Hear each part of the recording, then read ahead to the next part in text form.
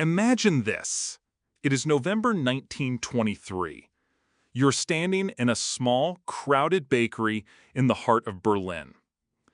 The air smells of yeast and desperation. You look at the price board behind the counter and your heart skips a beat. A single loaf of rye bread is listed at 200 billion marks. Not 200, not 200,000, 200 billion. The woman in front of you is not carrying a purse. She is pushing a wooden wheelbarrow overflowing with stacks of paper currency, just to pay for a liter of milk. By the time you reach the front of the line, only 12 minutes later, the baker takes a piece of chalk, crosses out the price, and writes 250 million. The currency in your pocket lost 30% of its value while you were waiting for your turn to buy food. This is not a scene from a post-apocalyptic movie. This was the lived reality of the Weimar Republic, and history shows it happens again and again with terrifying precision. Look at Venezuela in 2018, where a simple carton of eggs cost 7 million bolivares. Consider Zimbabwe in 2008, where a single bus ticket required a $100 trillion banknote. Look at Lebanon in 2023, where the currency evaporated by 98% in just 4 years, turning wealthy doctors and engineers into paupers literally overnight. Here is the realization that should keep you awake at night. It is not a question of if your currency will fail. Historically speaking, it is only a question of when. The average lifespan of a fiat currency is just 27 years. The current iteration of the US dollar has been untethered from gold since 1971. Do the math. We are living on borrowed time in a system that is mathematically destined to reset. When the rules of money are rewritten in a single weekend, what actually holds value?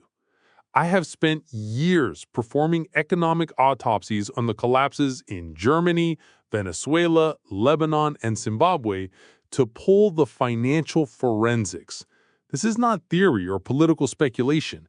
This is historical fact. By the end of this video, you will know the exact 5 assets that survived when empires burned, and which ones disappeared faster than a currency in hyperinflation. Before we look at the survivors, you must understand the pattern. Currency collapse is not a random accident. It is a predictable 5-stage process. Stage 1. The government spends significantly more than it collects in taxes. Stage 2. It prints massive amounts of new money to cover that gap. Stage 3. The currency begins to lose purchasing power as the market realizes there is an oversupply of paper and an undersupply of trust. Stage 4. The public loses all faith and flees to any alternative they can find. Stage 5. Complete systemic collapse. In Weimar Germany, the dollar exchange rate went from 320 marks in mid-1922 to 4.2 trillion marks by November 1923. That is a 98% loss in just 18 months. In Venezuela, the bolivar went from 10 per dollar to over 1 million per dollar in a decade. Lebanon saw their pound collapse from 1,500 to 89,000 in 4 years. The stages are the same. The outcome is the same. So what survived? Number 1 is the most obvious, yet it is the one most people still do not own in physical form: precious metals, specifically gold and silver. These are the only assets that governments cannot print and central banks cannot debase by clicking a button. During the Weimar collapse, if you held paper marks, you lost 100% of your wealth. It was a total wipeout. However, if you held physical gold, you maintained your purchasing power entirely. An ounce of gold bought the same basket of groceries before during, and after the hyperinflation. The currency changed, the regime changed, but the gold remained gold. We saw this again in Zimbabwe. When the regime printed the $100 trillion note, anyone holding gold was protected. We are seeing it right now in Turkey. In late 2024, data showed that gold deposit accounts at Turkish banks surged by 100% in a single quarter. Why? Because the Turkish people see the pattern of runaway inflation and are fleeing to the only asset that has survived every collapse in human history.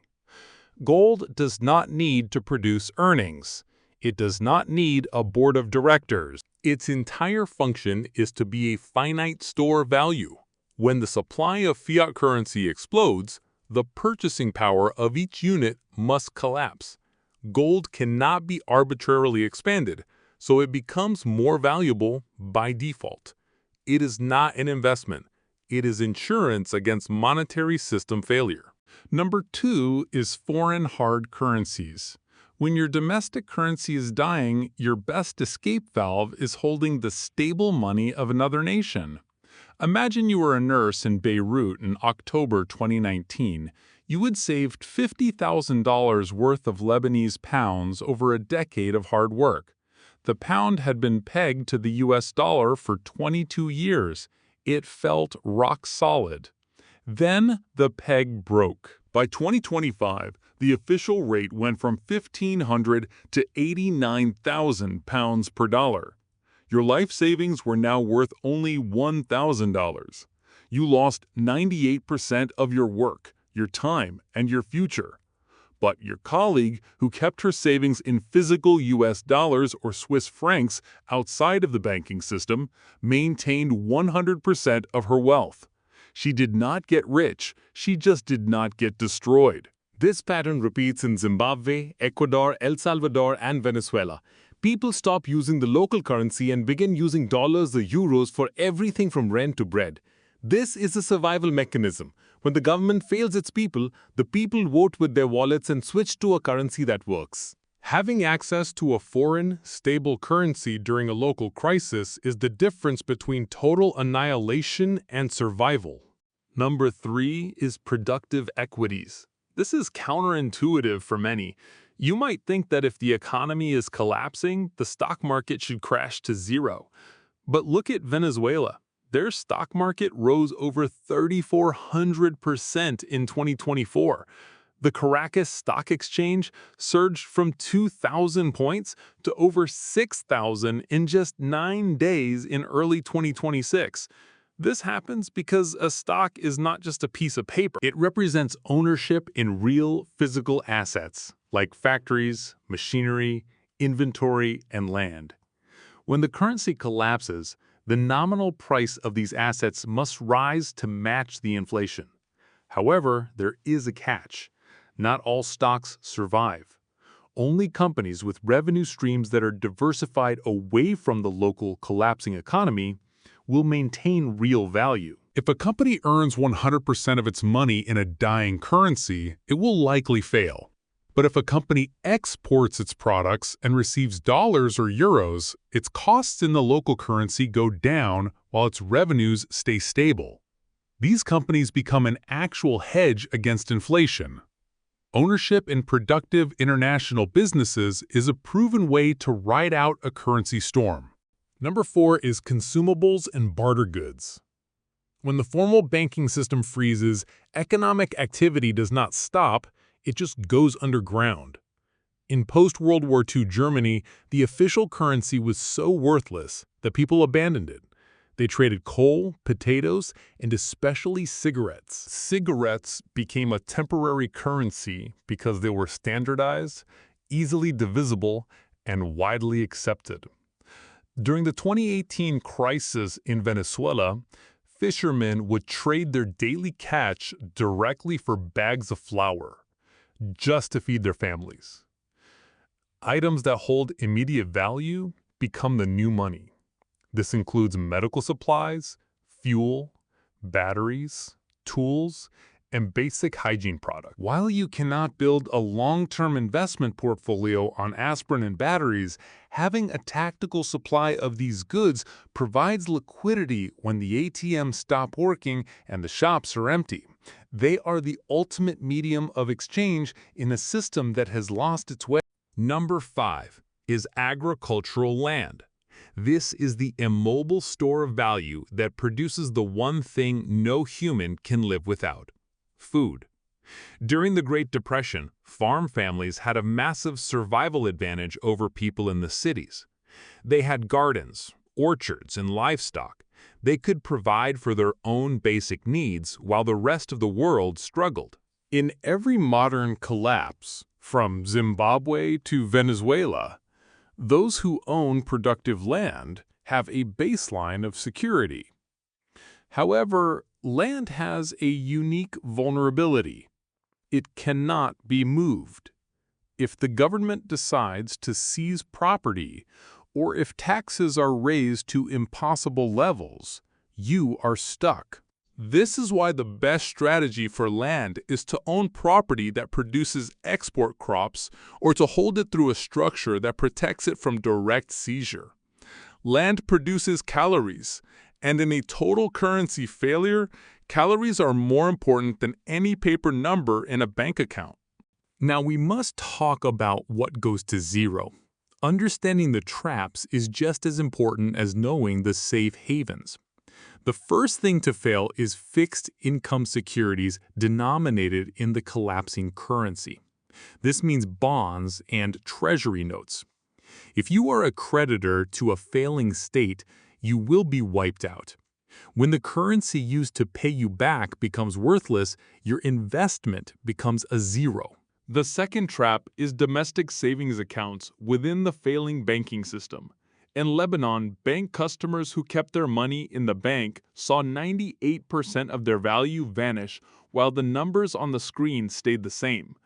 Being a creditor to a failing system is the fastest way to lose everything you have worked for. We are seeing these warning signs right now across the globe. We see it in Iraq with the lack of cash liquidity and a devaluing dinar. We see it in Turkey as citizens double their gold holdings in a single quarter. We see it in Lebanon, where the collapse is already complete. And we see the warning signs in the United States, with $38 trillion in national debt and interest payments that now exceed the entire military budget. The pattern is visible for anyone willing to look. History tells us that 99% of all currencies that have ever existed no longer exist today. The average fiat currency is a 27-year experiment that usually ends in a bonfire of paper. The most prudent approach is not to panic, but to recognize the mathematical reality. Genuine diversification means holding different forms of value that do not rely on a single government or a single central bank.